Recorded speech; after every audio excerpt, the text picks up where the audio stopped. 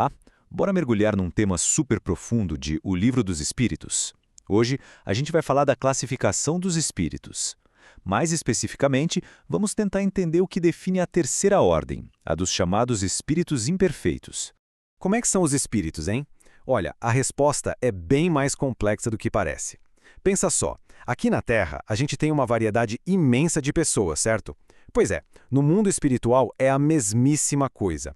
Não existe um tipo só de espírito, mas sim uma hierarquia enorme de evolução. Então vamos lá. Para a gente conseguir entender essa diversidade toda, a quantificação espírita apresenta uma escala. E o nosso foco hoje está bem na base dessa escala, onde a gente encontra a maioria dos espíritos que ainda estão muito ligados às nossas experiências aqui na Terra. E aqui a gente chega no ponto central. A terceira ordem é formada pelos espíritos imperfeitos. Mas o que isso quer dizer na prática? Quer dizer que neles a influência da matéria, sabe, das paixões, dos instintos, ela ainda é mais forte que a influência do espírito, da razão, da moral. Isso acaba criando uma inclinação para o mal, seja por não saberem o que é certo ou até por quererem mesmo fazer o errado. Tá. Mas como é esse retrato da imperfeição na prática? Quais são as características, os traços que definem o jeito desses espíritos? A obra nos dá umas pistas bem claras sobre isso. Para começar, a ignorância. E aqui, gente, não é necessariamente falta de inteligência, tá? É mais uma ignorância sobre as leis morais, as leis espirituais. Eles até têm uma intuição de que Deus existe, mas não o compreendem de verdade. Logo depois, coladinho ali, vem o orgulho. Sabe aquele sentimento de se achar superior, que impede de reconhecer os próprios erros e de ver que precisa evoluir? É isso. E para fechar essa tríade de paixões mais, digamos, rasteiras, tá o egoísmo, aquela preocupação só consigo mesmo, sem se importar com o bem-estar dos outros. Ignorância, orgulho e egoísmo são a base da condição deles, entende? E agora, olha que interessante isso aqui. Uma distinção que é crucial a gente entender. A diferença entre inteligência e moralidade. Um espírito da terceira ordem pode ser, sim, super articulado, espertão, perspicaz.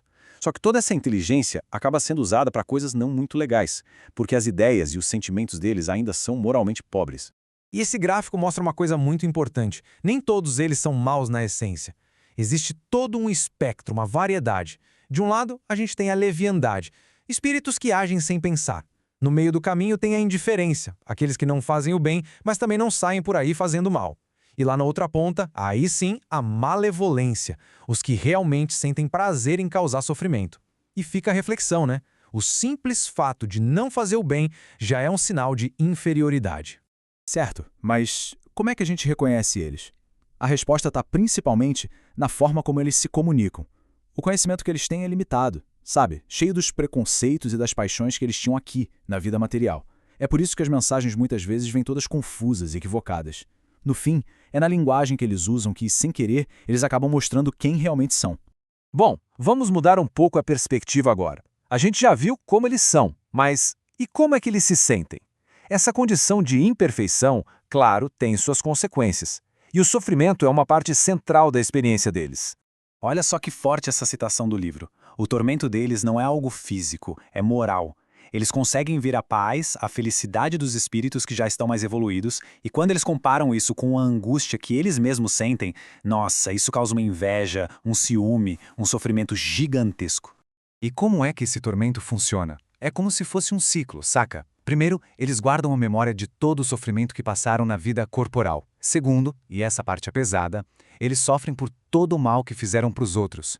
E por último, como essa dor pode durar muito, muito tempo, eles acabam acreditando que aquilo nunca vai acabar, e aí caem no desespero. E tudo isso nos leva para a nossa parte final, que talvez seja a mais importante de todas. É essencial a gente entender que essa condição toda não é uma sentença definitiva. É parte de um processo muito maior. Então vamos deixar isso bem claro. Ficar na terceira ordem não é uma condenação eterna. Não existe essa ideia de um sofrimento sem fim, sem propósito. É simplesmente um estágio, uma fase, sabe? Temporária, nessa jornada infinita que todo espírito tem rumo à perfeição. É um retrato de almas que ainda estão presas nas paixões da matéria, mas que um dia, com certeza, vão superar tudo isso. Ué, mas se não é eterno, por que eles acham que é? Então, a obra explica que Deus permite que eles tenham essa sensação. E não é como castigo, de jeito nenhum. É mais como uma ferramenta de aprendizado, uma lição, para que eles entendam de verdade o peso das suas faltas e sintam aquela vontade de mudar, de fazer diferente.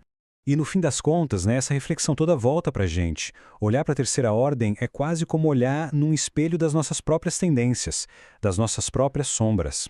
Então a pergunta que fica para a gente pensar é: a gente está lutando para vencer nossas imperfeições? Ou, no dia a dia, estamos alimentando justamente aquilo que nos prende a elas?